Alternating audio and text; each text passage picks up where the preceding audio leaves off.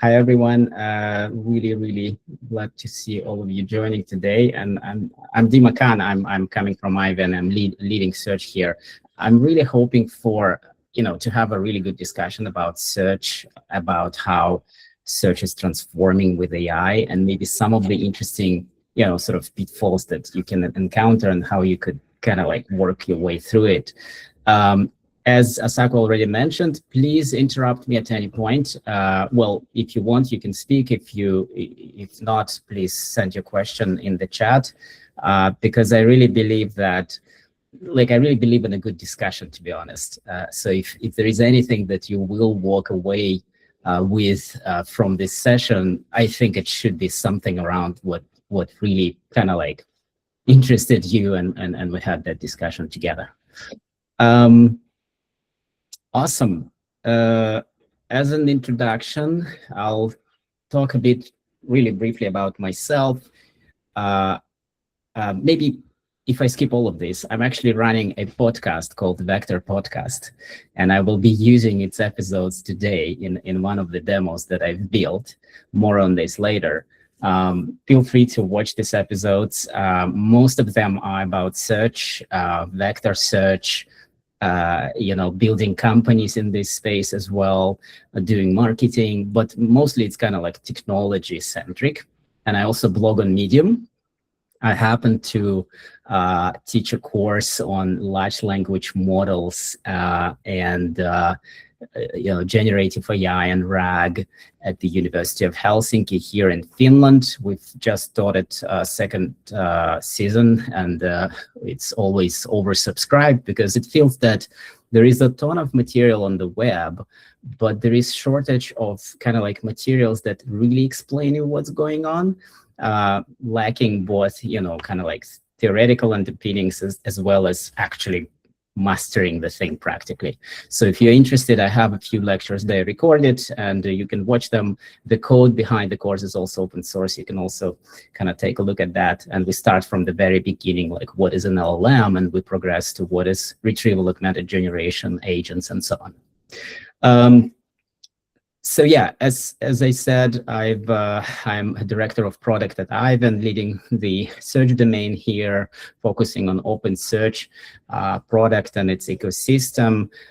Previously, I've been leading product at TomTom for a few years, focusing on in-dash navigation. When you sit in your car, when you type letter by letter, we were responsible for the search engine part behind it. It's a really fascinating topic because it's multilingual, it's global, and it has to be real time. I also spent 10 years and a half at AlphaSense building their search engine, and today that search engine serves as an underpinning for retrieval augmented generation there. I also led a web scale search engine team at Silo AI, building for one of our large clients. So as you can see, it's somewhat boring. I've spent most of my career in search, but I find this topic fascinating because it's always, something is always unsolved. So yeah, I mentioned Vector Podcast. You can take a look if you grab that QR code or go to vectorpodcast.com. You will be able to find all the different mediums where this podcast is published, including YouTube. And over the years, this podcast existed for about 4 years now. We've covered a ton of topics with the creators of this new AI-powered search, you could say. Here on the screen, you can see Bob Van Looyd, CEO of Viviate. The company is now called Viviate. It was called Semi previously. And he talks a lot about how search kind of like fails, because if you don't know what you're searching for, you really cannot find it, and how vector search helps in that direction, helps to resolve some of the issues. But we also covered in-depth algorithms like HNSW, doc2query, bind coders, embedding layers like Mighty, and a lot of other topics. If there is a question, let me know. I heard some sound, but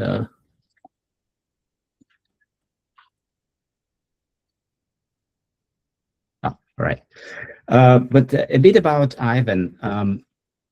what is it that we offer, compared to, let's say, the layer which is at the bottom, the foundation of everything we do, the clouds, right? The hyperscalers and smaller clouds.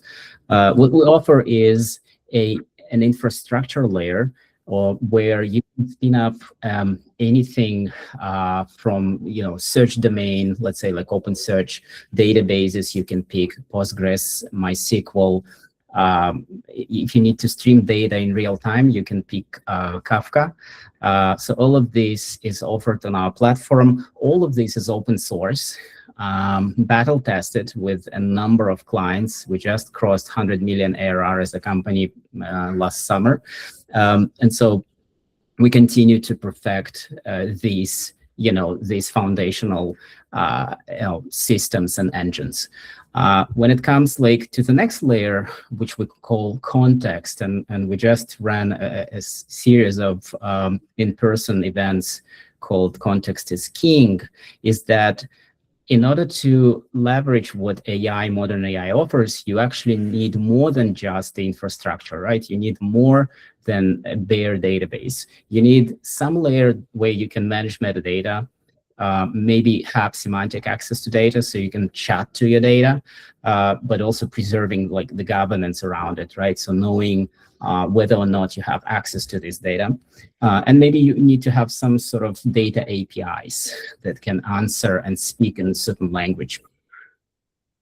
And then, the next layer would be applications. So once you have all of these kind of stacked up, you now have the ability to create value in the form of an application, in the form of an agent. But you might also be a developer who wants to, code their application from an IDE of your choosing, and all of that should work seamlessly. All right. Yes. I got a comment. Certain. He was asking the best platform is a bit both ways. What makes it best? Yeah, I think it's like again, I agree, it's both. I think you need to be both in business, I guess. But at the same time, to answer your question, our philosophy is to stand and to offer you the open source systems. So we do not want to go down the road of a lock-in where we will take something, build something proprietary, and off you go. You cannot really leave us unless you find a competitor in that same space satisfying all the requirements that you have. We really offer you the open source solutions. So if you don't want to stay on the platform, you can actually go and host yourself and maybe find another solution. But there is a number of parameters that go into us thinking that we are the best in this space, in this particular space of offering the open source systems. For example, we have solution architecture teams around the globe that can jump in on a call and really help you to strategize and build an architecture for your specific use case. I hope I'm answering. I'm not mentioning everything that we have. We have support, we have a number of other things, but these are probably the core. And so I already mentioned this, infrastructure layer with streaming databases, search. I spoke about, the context layer that sits on top of the infrastructure. And now the step 3 is essentially allowing you to build these applications and agents. And we always think about not just this individual building blocks, and yes, we do believe in modularity, of course, and all of this is production ready. We also think about how these blocks kind of work together. So, for example, if you are interested in building a search experience and you pick OpenSearch, for example, it's probably the case that you didn't come to us with nothing. You have some infrastructure in place and you have data flowing from somewhere. So what you can do is that you can actually connect Postgres to OpenSearch, right? To read certain data, I don't know, customer data or transactions or what have you, product data. You can also stream events in your platform using your Kafka over to our platform and index that in OpenSearch. So you can then go and search this, slice and dice the way you want. So that's seamless developer experience. So essentially, you can, on our platform today, connect services together. And then there is this unified context layer that I basically spoke to just a while ago. And I wanted to make a little announcement. We are launching free tier of OpenSearch. We think it's the best free tier, again, the same word. Why? Because if you look across our competition, what is being offered, usually you get smaller instances, or maybe you have to pay after some time. Here, it's free completely. You don't need to use credit card. You can just sign up on Aiven.io and start using this, free tier instance, which is 4 GB memory, which is exactly the amount that is needed for you to build a POC, or maybe even launch it to some small amount of users, maybe not that small even. And then we offer you 20 GB disk because, we know that OpenSearch might need a little more when you index data. It's offered across the globe in 4 regions, so please, in 4 geographical regions.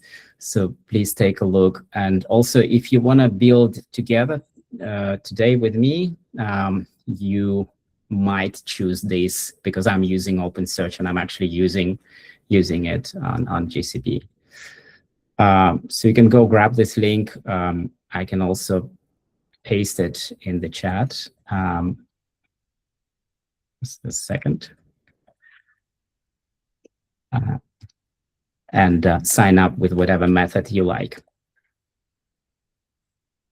So yeah, I already spoke about the unified platform, so where these open source services integrate together. I didn't mention ClickHouse, by the way, we also have that. But you also have third-party integration. So for instance, if you would like to send some of the metric data, some of the logging data down to, let's say, Datadog, or your own Prometheus, Amazon CloudWatch, what have you, GCP monitoring, you can do that with a couple of clicks. And I think this is the value that our platform also brings, is that, and this is, here I'm kind of citing some of our customers without telling the names of the customers, is that they say how easy it is to set these things together versus when you go and set everything yourself on the cloud of your choosing. All right. If there are no further questions, I would like to now dive a little bit deeper into OpenSearch itself. What is it? Why you want to use it? What are the benefits? So as said, everything we offer is open source, and OpenSearch is open source. It's a fork of Elasticsearch that was completed around 2021. It happened kind of in response to Elastic closing their license. I don't want to go into that debacle of why this was going on, but you might find references to this topic, what was going on. But in any case, the outcome now is that we have 2 systems that are moving in parallel, Elasticsearch and OpenSearch. And OpenSearch was initially kind of governed by mostly Amazon, but then they decided to donate this to the Linux Foundation. And so now it's a completely open source, governed by Linux Foundation search engine, with a number of maintainers from companies like Uber, SAP, Aiven, IBM joined recently, Open Source Connections, and many more. And what OpenSearch is, it's really a real-time distributed search engine. When I say distributed, it's a cluster technology. So essentially, you have, in a normal production deployment, you want to have several nodes running in different regions so that you have fault tolerance. It's licensed under Apache 2.0, so obviously it's commercially friendly and all that. And it's usually used for a number of use cases. One of them is full text search. So if you want to have, I don't know, website search or maybe book search or product search, that's where you can build it, really. The other big evolving space is using it for building something more than search. Today I've realized that I kind of stopped using the search engines, web scale search engines the way I used to use them maybe few years ago. I mostly go to a large language model like Gemini, for example, and I ask my questions, and it will, behind the scenes, use search as a tool. And so that shift has already happened. That ship has sailed, as we say, and you might want to replicate a similar setup for your product in order to kind of open a new interface for users. And so you can all build this experience using OpenSearch today. The third use case is data aggregations and maybe logs, metrics, and traces. This is where you might have a fleet of virtual machines running your large product, doing different things, UI, backend, and so on, data processing, and you always want to know what's happening. And so what you can do is that you can stream various log events, metrics that you care about, and also traces, so you can actually see when something breaks, where exactly that broke. So you have that lineage. You can basically kind of index all of that data and also visualize that data in OpenSearch. And then the other very powerful feature of OpenSearch is data discovery and visualization. So you can run things like anomaly detection, but you can also visualize through dashboards. And recently, OpenSearch has been adding support for agents that can go and modify. They look at the data, they see some new pattern, and they can actually modify your dashboard, which is really cool. And kind of the title of this talk, why I believe that OpenSearch is AI ready is because, well, first of all, it serves as your data backbone, right? So you can store all of your data for searching, be it logs or products or documents. You can obviously visualize that, but you can also build agentic search on top of OpenSearch, and OpenSearch is very rich in these different features, how you can actually build that, how you can compute embeddings and all that. It's also a tool that allows you to evolve your search engine. So once you've built it, once you've deployed it, you will encounter some issues with it for sure. And how do you go from there is that you have a number of tools. One of them is called Search Relevance Workbench, and it sits right inside the dashboards. And I'll show you that in a second. But you also have a functionality which is called User Behavior Insights, where you can listen to some of the events that your users are doing, like hovering some products, scrolling down, going back up, and so on. Where do they spend most of the time? What's the dwell time on the products, and so on? And you can use this data to make your algorithm smarter, essentially. The other element of why Aiven as the hosting platform, again, the question was why we think we're the best, is we minimize that operational friction, right? You build your product, we manage the service for you. That means that we will do automatic version upgrades if you choose to do that, or we will give you an option to do that. You can fork a service that runs in production or in development, whatever you choose, and test a new set of features.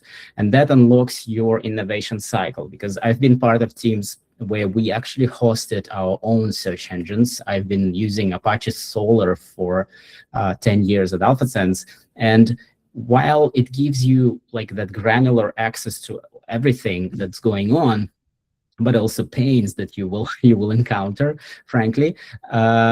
What was blocking more innovation happening in parallel is that every time we needed a new feature, we needed to do an upgrade, and that upgrade lasted for half a year, maybe, or 2 months, 3 months of your time. And that's not what you want to do, really. You want to click a button, fork a service, test new features, maybe upgrade to a new version from version 2 to version 3, and off you go and see if everything works through your QA process, then you ship it, right? Rather than spend months and months in actually building that infrastructure. There are a number of industry-grade features as well, like backup to another region. That goes more towards resiliency at scale, cross-cluster replication, CCR, searchable snapshots, restoring from a backup, and like integration with Slack teams and what have you for alerts. All of that is included in the package. I already mentioned like anomaly detection, open telemetry to monitor your fleet logs. We also invest a lot into developer experience by rolling out AI Studio that allows you to kind of like talk to your cluster, talk to your data. And of course, we also offer premium support plans. All right, I'll continue here to kind of highlight some of the elements of what OpenSearch offers. Again, I don't want to sound as if these are unique features of OpenSearch. You can also find them in other search engines, free or commercial. But for the sake of the argument and discussion, let's start with the basic layer, the lexical search. So John Handler from Amazon spoke about this at OpenSearchCon North America. He said that, well, lexical is good old search engine, search approach, which sits on top of inverted index. And what it does is that it's really good for precise querying, right? So it's also very fast, but it's not very good for abstract queries. So if you are searching for a very specific product, a specific name, I don't know, size of that T-shirt and so on, it's good. But if you're searching for something like comfortable jeans, that doesn't really map to anything specifically, right? Unless you have that in your metadata. And so semantic search or vector search comes in to the rescue, and it allows you to kind of like break that barrier and start kind of like completing your search results with more similar results to what the user is looking for. It also offers another, like unlocking another dimension, which is multimodality, right? So all of a sudden you can index images directly in the search engine, and you can search images, or you can also index audio files, video files. As long as you have the model that can encode that representation, you can do that. And by the way, it's also supporting multilinguality by design of the encoder models. If I go a little bit more into the application search part, then yes, it does start with full text search, but you can also run really complex queries where you can define a number of metadata parameters. You can compute facets. So for example, when you search for a digital camera on the website, it will list all the brands and counts of that brand. So that's called faceted search. Many modern search engines like vector databases cannot do that, unfortunately, because they focus mostly on the vector search part, of vector search being the first citizen. But OpenSearch comes like as a package of all of this. If you have data that is positioned on the map, you can also use geospatial filtering, geospatial search, together with your other search parameters, so that you can kind of like bias search results towards certain locations, maybe where your user is located. So I don't know, finding restaurants that are nearby. And there is another like big like suite of tools is how you control the ranking of results, starting from rule-based kind of approaches to machine learned, where you can learn to rank. This is just a reference architecture back to like just showing you graphically what I said before. When you launch an OpenSearch cluster, you can connect it in the upstream to some of the databases or content management systems. It also supports Spark, Hive, and Hadoop. as one of the sources of data that doesn't flow through Kafka, but everything else would go through Kafka, either something that you run or something that you plug in from our side. And everything goes then and gets indexed in the distributed OpenSearch. And on the user side, obviously, you can plug in almost any, virtually any SDK, any language, and use it in your website, mobile app, or CLI, or maybe skills.sh. So yeah, this is probably the boring part too, but we come up with uptime SLAs, zero friction to scale clusters, security and compliance by default. You can also bring your own cloud if you want to, and kind of save in that perspective. But yeah, there are many things there. A couple of case studies that I wanted to also highlight. One was with this Finfire, administration and transaction processing platform, where they use OpenSearch to kind of provide a single search interface to all the data that they have access to, from customer data to brokerage to regulatory requirements, investment advice. And they run this and scale OpenSearch as they need, up and down. The other use case is Ultimate AI. It's a super interesting platform that allows you to automate your customer support. So your users might email and they get an instant reply. This runs on top of OpenSearch, Vector Search, and RAG.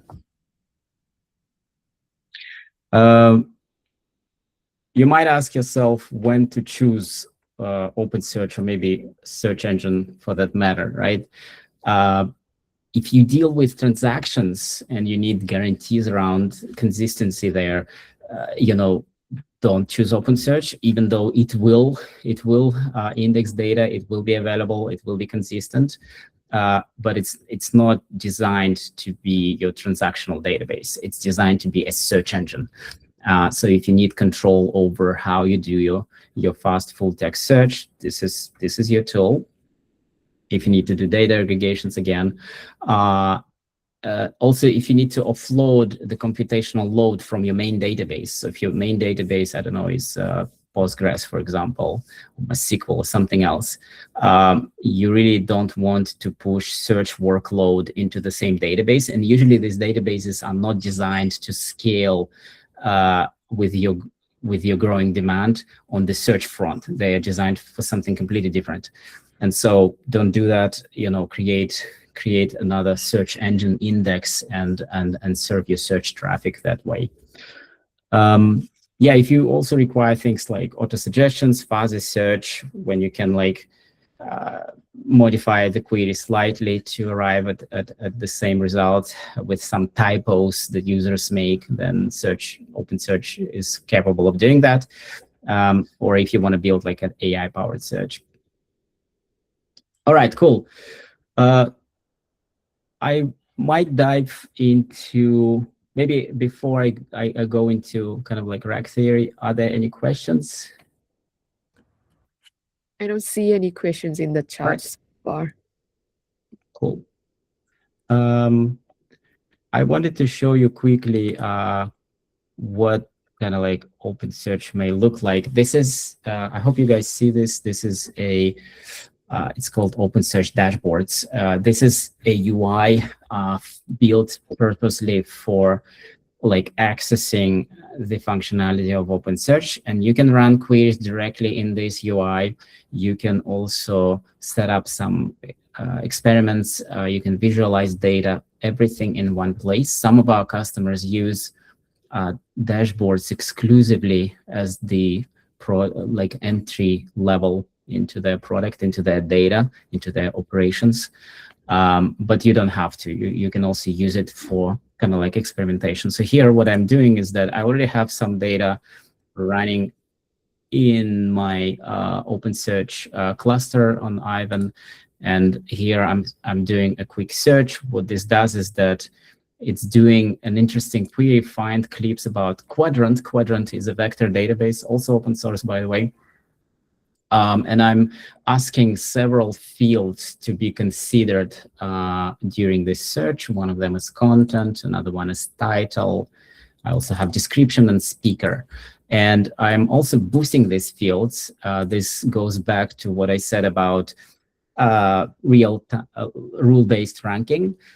So in a way, I treat content field as the most important. So I give it a boost of 3. I treat title second important from there. And then the rest of the fields they have like a boost of 1, essentially. And so back I get, an episode. In this case, I got one with Connor Shorten, who is the researcher at VB8. Back then, he wasn't part of VB8. He was running his own Henry AI Labs. I get my description of the episode. I get a URL. I get an image URL as well, YouTube link and all that. I also get a vector that I have pre-computed. This is the dense vector,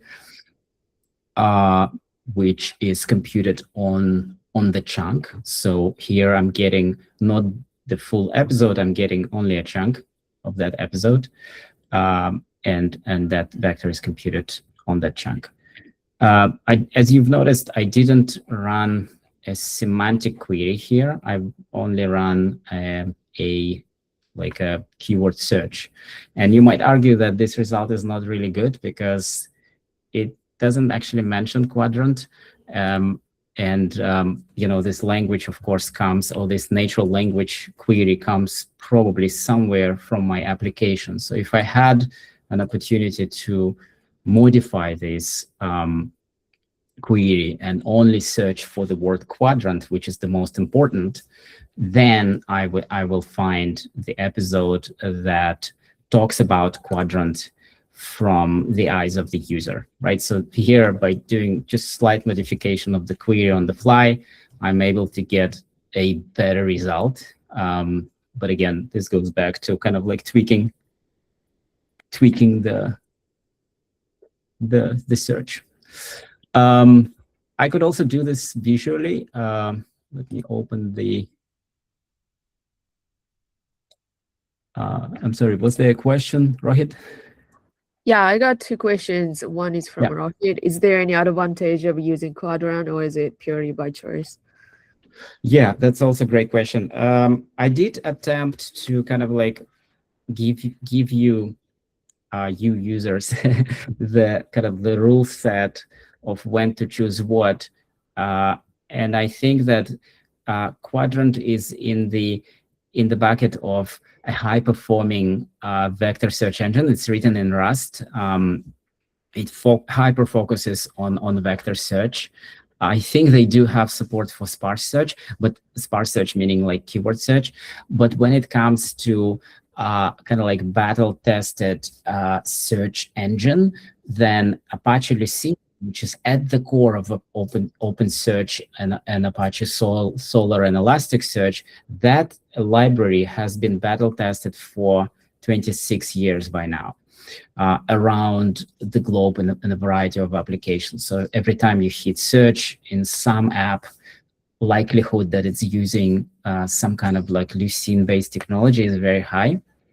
And so it supports a lot of languages, pretty much every language that you care about when it comes to keyword search. And so if this is what you care about, in other words, if your application is at the core is more like a search engine, and you want to have control over that experience, then I would rather choose something like OpenSearch or maybe Solr, Lucene-based, right, rather than Quadrant. But then Quadrant does amazing things. For example, metric learning is another thing that they are promoting, where, again, it revolves around vector search, where they help you to learn better representations of your objects through contrastive learning, so that you can like better position your objects in the space, because in the end of the day, your vector search is as good as your model that encodes the representations.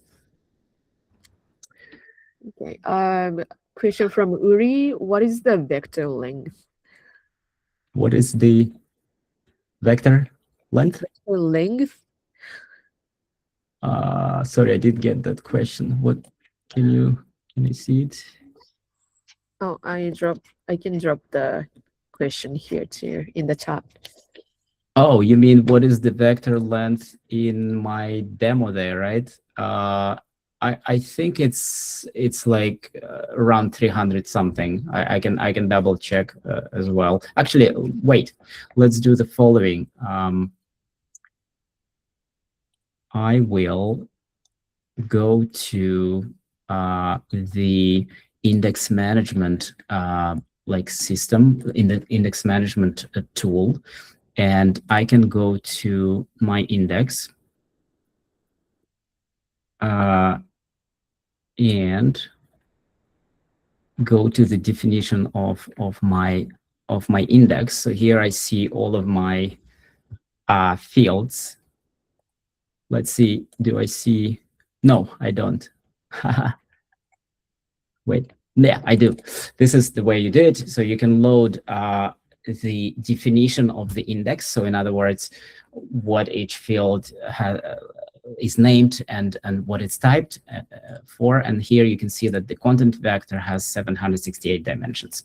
And it's using FIS, the Facebook's similarity search library, which is very high performing, integrated in OpenSearch with L2 as this as the metric and HMSW as the algorithm. All right, hope I answered that question. Were there any more? Yeah, two more questions. One is from Wansia. What are the main advantages for Aiven's OpenSearch compared to Elasticsearch? Yeah, great question. I really don't want to downplay Elasticsearch. I think it's on its own trajectory of development. But as you know, when the fork has happened around 2021, they closed their license and it stopped being an open source engine at that point. That meant that some of the features that you can find in OpenSearch pretty much for free, like learning to rank, became premium features. So if you wanted to use them, you had to pay. And so it's kind of like goes back to like, what's your belief system, right? What do you value more, like the open source, the community driven engine, or kind of like the maturity perhaps that Elasticsearch offers? But by now, both of these engines are mature enough to be running in production.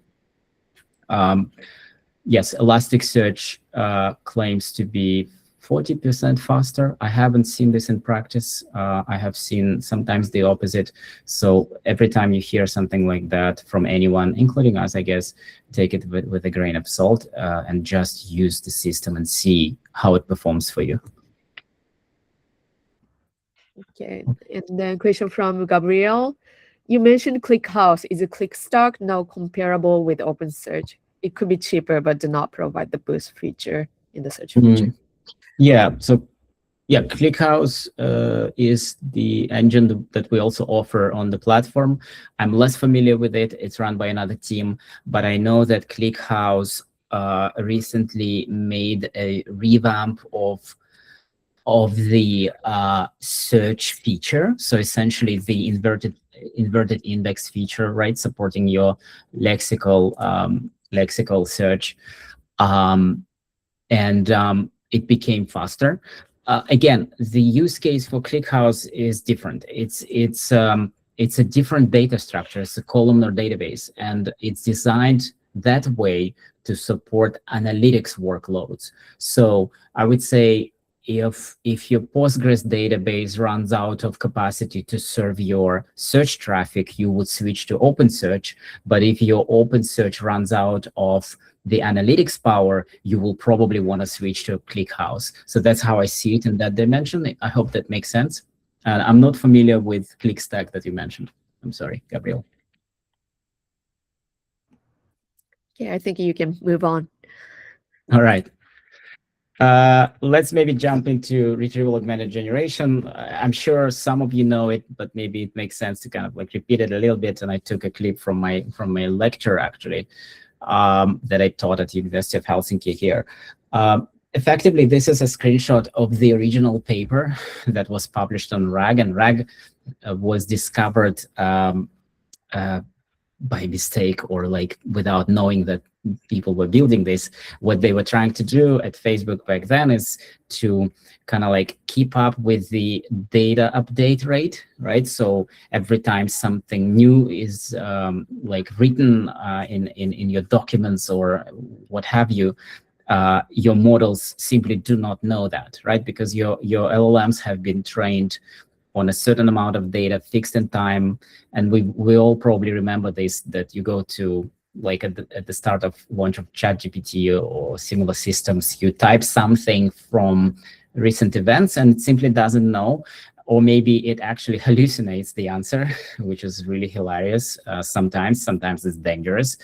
And so RAG is a kind of like a solution, like a first iteration of the solution for that problem. And so it has two components. You have the non-parametric, as they call it, part, effectively your retriever. And usually you want to have your documents chunked in some way, vectorized, and then stored in the index. And this is where you can plug in OpenSearch, you can plug in Elasticsearch, Quadrant, what have you. And then there is a parametric part, which effectively is your large language model. Now, what you do is that you take the query from the user, you search that query in the search index, right? Using vector search, for example, you get back a number of candidates, documents that come back from your search engine, like we saw in the dashboard example previously. And then you go and modify your prompt to the LLM. You say, hey, I have this user query, for example, define middle ear, right? So that was the user query.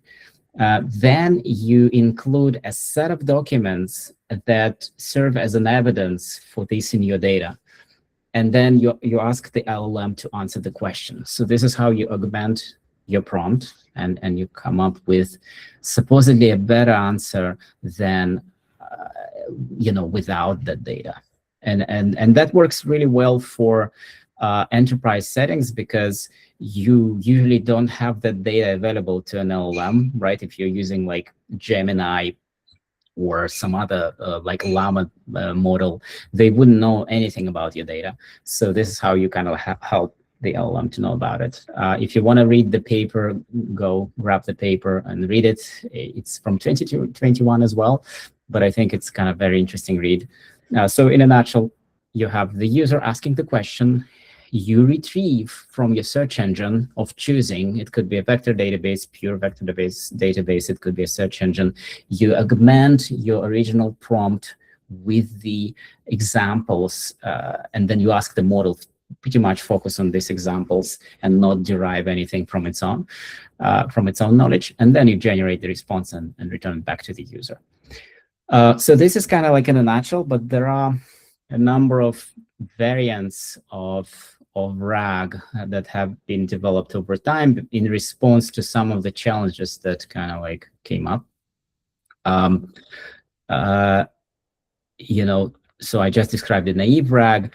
The more advanced version of RAG would include pre-retrieval steps. So you could take the query, and all of us as users, we may kind of like write our questions in different ways, knowingly or not knowingly, and the results ideally should not be different if we are talking about the same thing. And so what you can do is that you can do query rewriting or expansion applied to that query.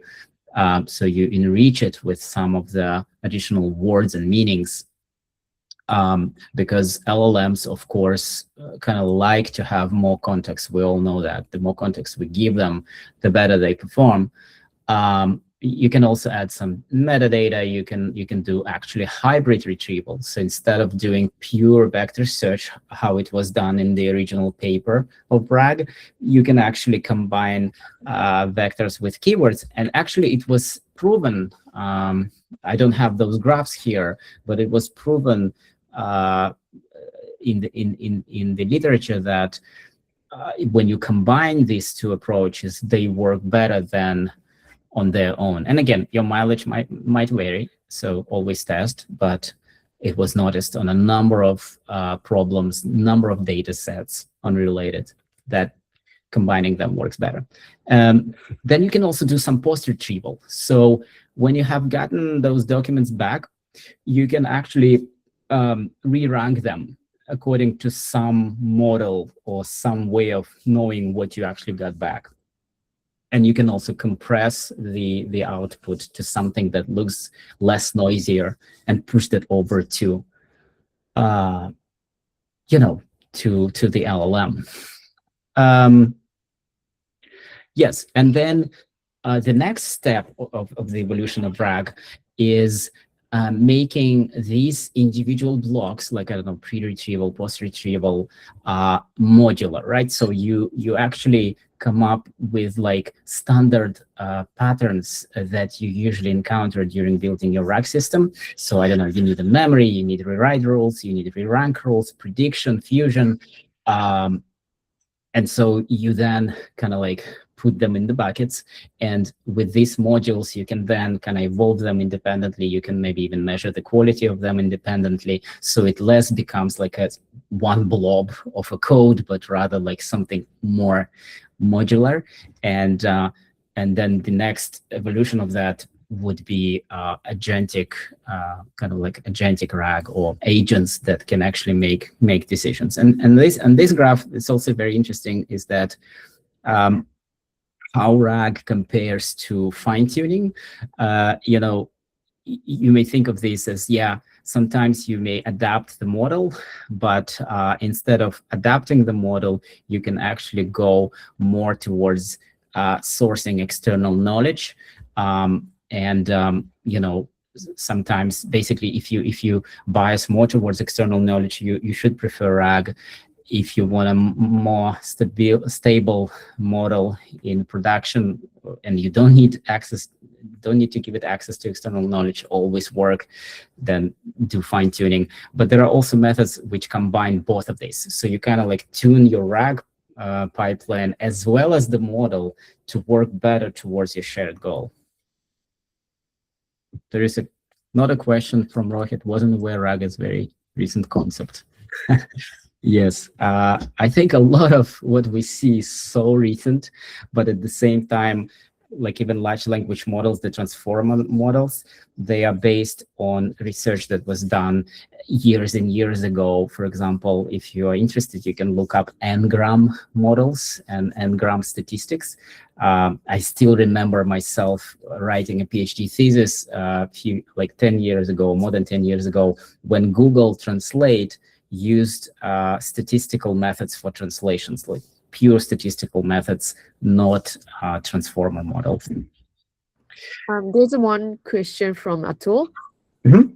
How does the OpenSearch RAG handle conversation history to maintain context across multiple follow-up questions or query? Yeah, that's an amazing question. I don't have it in the slides, but you'll have to believe me, OpenSearch version 3, which we also offer, by the way, on our platform, has the multi-turn feature. So you can configure your agent on OpenSearch as the platform. So OpenSearch, I think it's moving more towards becoming like a versatile platform, not only a search engine, not only a log analytics application, but also the platform for deploying and kind of like orchestrating agents and tools. And so you can actually do that. I don't have those slides specifically here. If you go to the OpenSearch documentation, which is online, you will find examples there, and there's a ton of videos as well on how you can do it.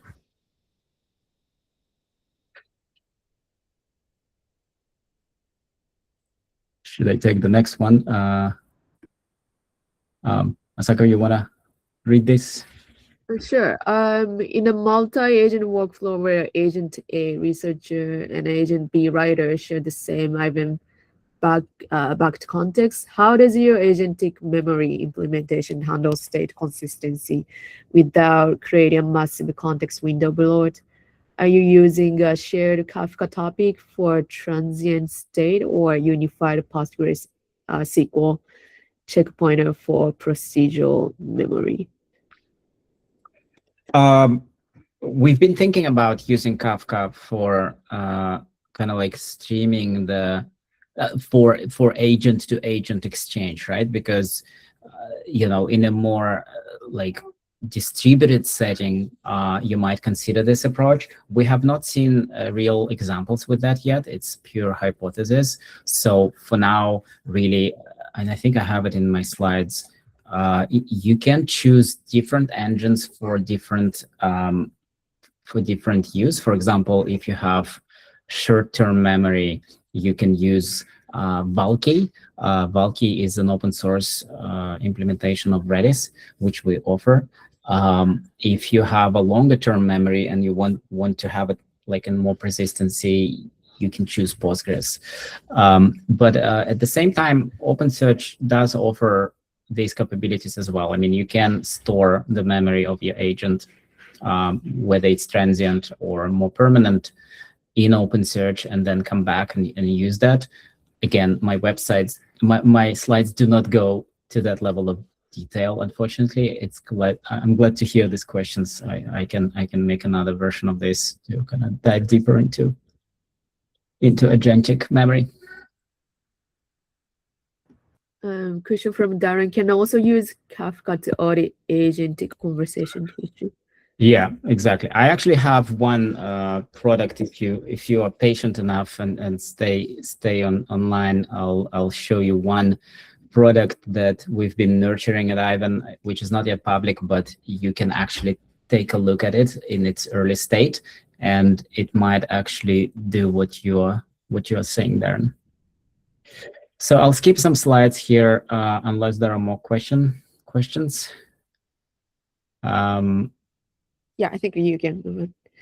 Yeah, here I am just giving you an example of like what the short-term memory could look like. You know, you have a chat open in your app, and your agent, your LLM, is able to detect that this is like, I don't know, RAG for legal contracts is the topic, and you're able to derive the user level as intermediate student, and their last question, what should I read first? You know, so that way you kind of like keep that memory rolling, and once you learn a bit more, like the background, the interest across a number of chats, you can store a more condensed kind of version of what they've read, what they're interested in, whether they like simple explanation, whether they like concrete examples. Probably all of us like concrete examples. You know, then you can use that to change your product, right? To evolve it and to give better results without actually modifying code. You can actually employ machine learning for that. So this is really cool.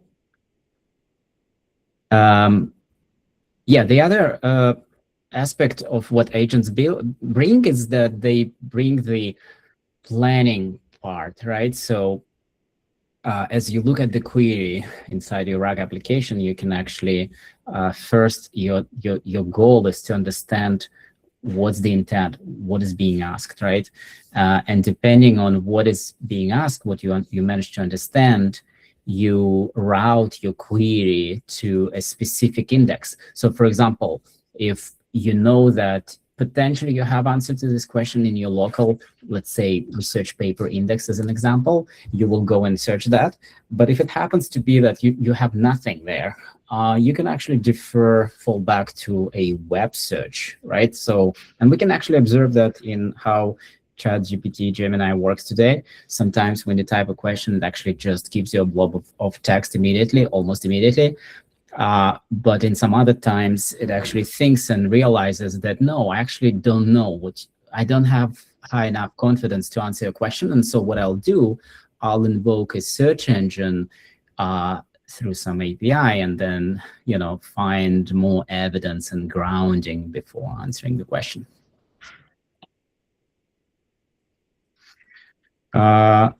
And oh yeah, and the last, so then you draft the answer, right, in your RAG application, and the last step will be to do a reflection or self-critique. So what you do is that you take the original query from the user, you take the answer that was generated, and you perform a number of checks, and you might realize that they were asking for, I don't know, 3 papers, but you only gave 2. And that means that you need to try to push it further a little bit and try to find another paper if you can. So this is where you might close that loop and go back to the workflow of your agentic RAG application and actually do or redo some of the steps. All right, I'm skipping some of these. This is just an example of a tool that you can call, right? So you can give a query, you can add some parameters to it. For example, you say, hey, I only need 10 papers. And I also, by the way, need papers that are published, after 2024. So yes, this is just a comparison of what vanilla RAG does, what agentic RAG does. And yes, vanilla RAG didn't have access to external tools. It only had like a local index and the LLM. But today, agentic RAG will have access to some external tools like mining stock prices or, doing web search, what have you, really. Query preprocessing was another one. Vanilla RAG wouldn't really do it. It kind of like relied on the fact that vector search should handle it, but actually doesn't sometimes. And most of the times it actually doesn't, especially for elaborate queries. And so you do need to do some query preprocessing, maybe even splitting queries in parts. And I will show you some of that examples if demo gods are merciful to me. And then you also do multi-step retrieval, right? So you may not be satisfied with the result of one engine. You will jump to another one and until you find the good enough answer, or actually nothing. And then you say, actually, I tried everything I could. Sorry, try a human agent instead, if you can.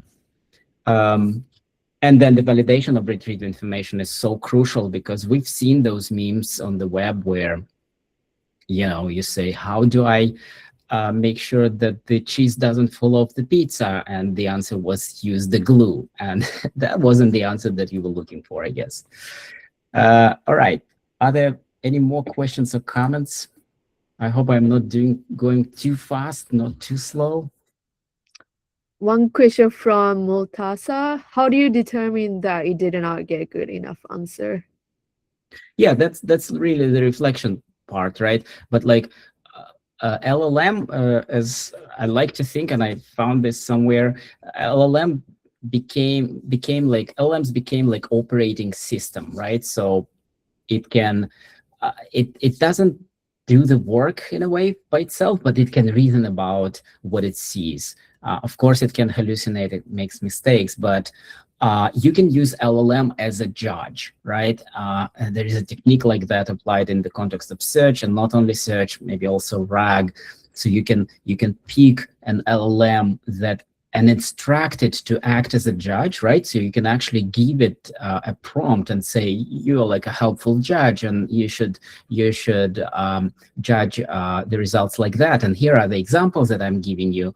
And so if you have a good enough prompt there, kind of like purposely fit for your use case, then believe it or not, it can actually do a really good job.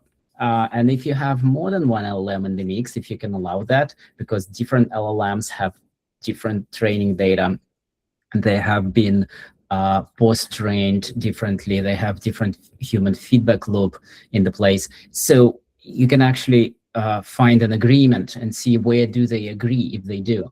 And then arrive at an answer whether or not this was a confident answer or not so confident answer. Another question about evaluation. Where it's acting, what's the evaluation for the agent output, where it's acting like student, teacher as a judge? Oh, you mean how do we sort of how do we evolve the LLM as a judge, treating it as a teacher in a way, or where do we have that student teacher? I think even though these technologies have evolved, and I hope I understood your question, Anujay, correctly. If not, please chime in. Even though these technologies have been evolving really well and fast, and they are solving a number of interesting challenges, they still have points of failure, right? And this is where I think we need to still continue to involve humans in the loop. We need to continue thinking how you can utilize the expert knowledge in your organizations. Maybe you can crowdsource this. There are a number of platforms on the web that allow you to crowdsource, not in a mechanical Turk fashion, but in a way where you will have much higher confidence for the labels that you get as judgments for the things that you're asking to judge. And so, please consider using human in the loop. Yeah, evaluation of agentic RAG. Like, I think you will still want to do that. You still want to have some way of embedding that feedback. And by the way, that feedback doesn't always need to be explicit. You will have a stage where before, let's say, launching this to production, you will involve human labelers that can help you to kind of understand the quality of your system. But you can also use implicit feedback. I don't have that in the slides, unfortunately, as well, but I did mention user behavior insights, where after launching your product to production, please monitor what do your users do, right? So where do they spend time? And maybe that shifts over time as you evolve your algorithm, right? So for example, if dwell time on a particular product increases, or all of a sudden your checkout rate drops in a certain workflow, this is your feedback as well. And go back and collect this data, so you have multiple sources of data to kind of reason about the quality of your engine. And then obviously sit down and kind of sometimes you need to do what they call eyeballing. You look at the query and you look at the results, you look at the flow, and you realize, oh, something really obvious is missing, or maybe it's a more complex problem to solve, but you have the data to kind of witness that. Okay, a question from the guy as well. Shouldn't you be building evals at every step of your pipeline process, where you have LLM node generate output instead of just doing evaluation of final outcome? That's an amazing question. Actually, when I was building this demo, and maybe I'll switch to it so you guys see something less boring than slides. How do I zoom back? I hope you see that. It's probably a bit too small. But yes, I actually, when I run a query like this, I'm new to vector podcast and vector search, build a beginner to advanced learning path from episodes. And I don't have many episodes, by the way, on the podcast, only 33 that I managed to download.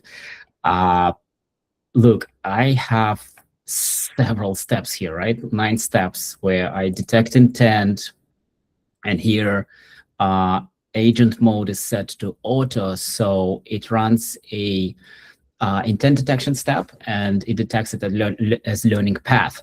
Already right here, as you suggest, Guy, I could actually plug in an eval and say, is this a correct intent? What's the confidence, right?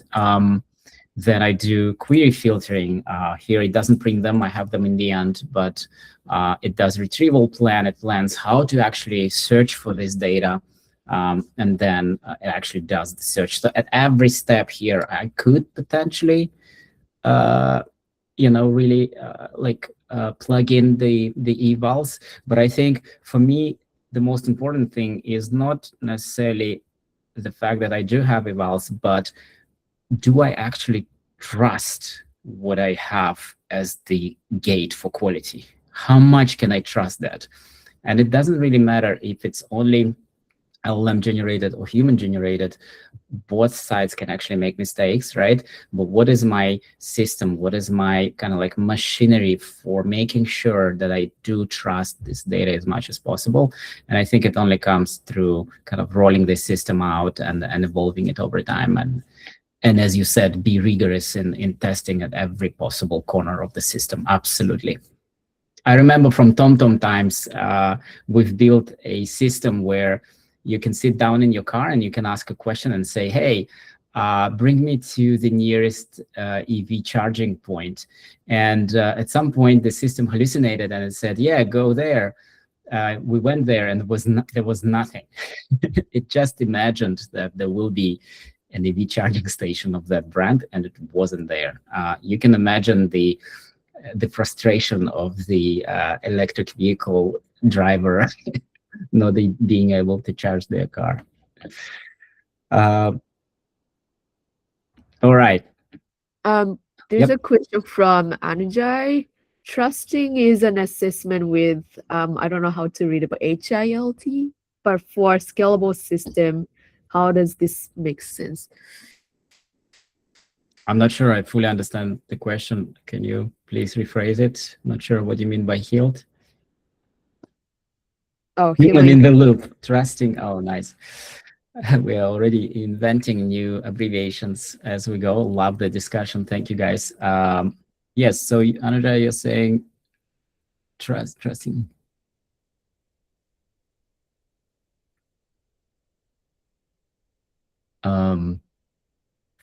Oh, like you mean how would we plug in human in the loop into some super scalable system? Is that what you mean? Like something like beyond the scale of what users can do, if I understand the question correctly? Oh yeah. Well, if you look at like how, I don't know, OpenAI does it, like an Anthropic, I guess, is that they really involve human experts from all walks of life that they care about, and this is how they post-train and improve their systems, like their LLMs, right? They really employ teachers, they really employ translators, workers, builders, what have you, in order to actually make sure that the answers are grounded. And then I've heard about stories where these systems then are tested in front of, I don't know, a builder, for example, and builder knows what they care about. They type a question using their terminology and they get an answer, and you see their face and you realize that the system nailed it. that does feel like black magic, but really black magic involves a ton of work with humans involved in the loop. So even at scale, they involve just more humans. I don't think it's possible to only survive by employing better algorithms, because algorithms are nothing without data, and the data quality is the core of what you're building at every scale. How am I doing on time, Masako? Still okay? Yeah, you still have like 40 minutes. All right, I love the discussion. Any more questions we can cover? But Anujay has a follow-up question. While training, it makes sense while data preparation, but while agentic RAG or graph RAG, how it could be even possible for any scalable output system?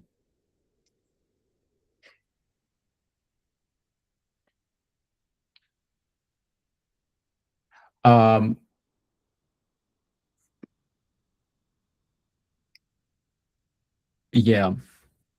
So you're continuing on that thought of the line of thought that how you can control quality at scale. I mean, I've built graph rag at some point, just for fun and before teaching a lecture, and it looked interesting, but it also failed in some very nuanced ways where it just couldn't cluster and connect the entities that I cared about, and I knew that that's the way they should be, simply probably because I needed to spend more time understanding how to actually properly set it up and fine-tune and choose the right model and so on. It becomes like an experiment which explodes a number of combinations that you can set up your experiment, right? Or but it did look as a very interesting direction, and I think it could complement what, for example, OpenSearch does, because OpenSearch effectively is your kind of more flat vector search from the perspective of the graph representation, and there are engines that allow you to run real graph query, right? So we don't have these engines today on the platform. They do exist out there in the open source and maybe like closed source. Yeah, I think if it does make sense to experiment with these systems, please do, and like report on what your findings are. But yeah, I think I do see, like, I remember when I worked at AlphaSense, there have been some queries that looked really, really interesting, where users said, give me a list of companies that were acquired by IBM, in that date range. And if you think about it, you cannot really just grab that query and go and search, because you will find nothing. Or maybe you will find some bits and pieces, but what you really need is that you need to traverse a graph where you know that you have built these connections between IBM as the entity and the companies that it acquired in certain periods of time as entities linked to it. And then it's much faster to execute that query rather than going through the noisy process of tuning your keyword search or vector search or maybe hybrid search, right? You just have a better data structure there. So I think there are classes of problems where search can be extended by a more structured navigation, for sure. I don't know also how to do it at scale. I think Google probably knows, maybe Bing. Great. One more question from Atul. You have spoken about autonomous decision-making of AI agents. Does Aiven now support MCP? Yes, it does. Great question. We have MCPs. Actually, for some of the products, we will launch for everything. OpenSearch does have its own MCP, does have it like built in, but we also roll out MCPs across all our products, so you can plug them in. But there is a new iteration as well, as you probably know, Atul, is the skills, right? So because agents, if you configure a lot of MCPs, agents can get somewhat lost sometimes, and they mix things together. So you can, yes, you're confirming that. So instead, you want to go one level deeper into the skill, right? And so that, again, becomes the beauty of detecting what is it that you're trying to do right now, right? And then how do you map that to a skill? But then that skill gives you a much more granular way of explaining how to solve that problem. So we are actually rolling this out as well across a number of our services. I've already drafted something for OpenSearch, so you can like say, hey, can I create a cluster from my large language model, from like from Anthropic or from wherever, Cloud Code. Yes, we are working on that. I think it's the future, and goes back to a seamless developer experience. I'm really curious to hear more. If you can share, connect with me on LinkedIn, and we can have more like chat about it. I'm not sharing the slides yet, right? Maybe I could actually jump to that product. I'll skip some of these. I'm not sure if you guys are really interested in like the scale part of OpenSearch, but like just a few words here is that if you run like a larger cluster, I don't know, if you have 100 nodes in the cluster, they're like really distributed across many regions. The problem can be that if your cluster is flat in terms of the roles for each of these nodes, then under load, it may fail. And so we are actually fixing this by assigning specific roles to specific nodes, so that you can actually separate your mini workloads within the cluster into that set of nodes and do not disturb other nodes. And that gives much better stability. We already are about to release this at the end of the month. And this also unlocks new opportunities like running GPU-baked nodes, so that you don't have to pay for GPUs for every single node in your cluster, which is like too expensive and really not needed. But you can actually only like dedicate one node for a GPU workload and right size every node in the cluster and make it more like cost efficient that way.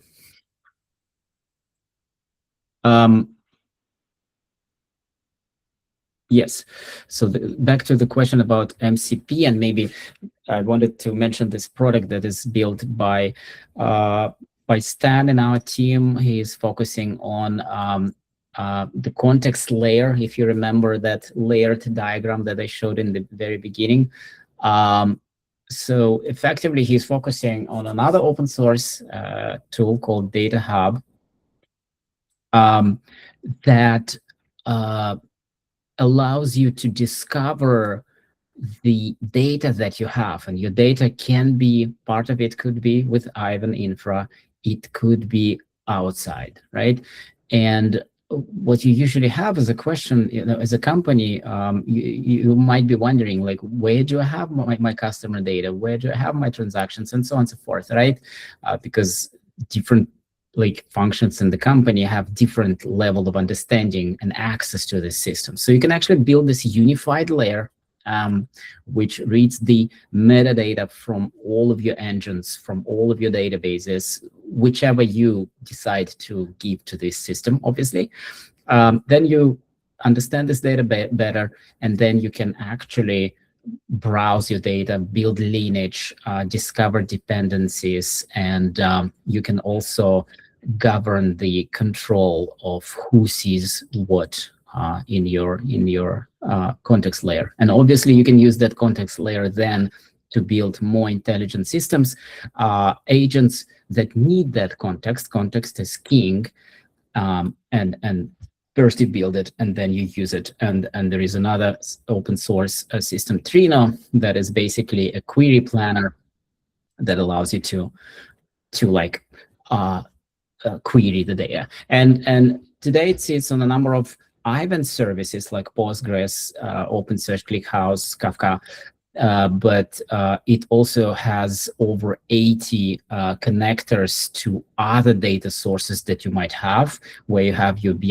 analytics, data engineering tools, anything that you can imagine can flow into the same layer that you can then query either as a human user or as an agent of your building.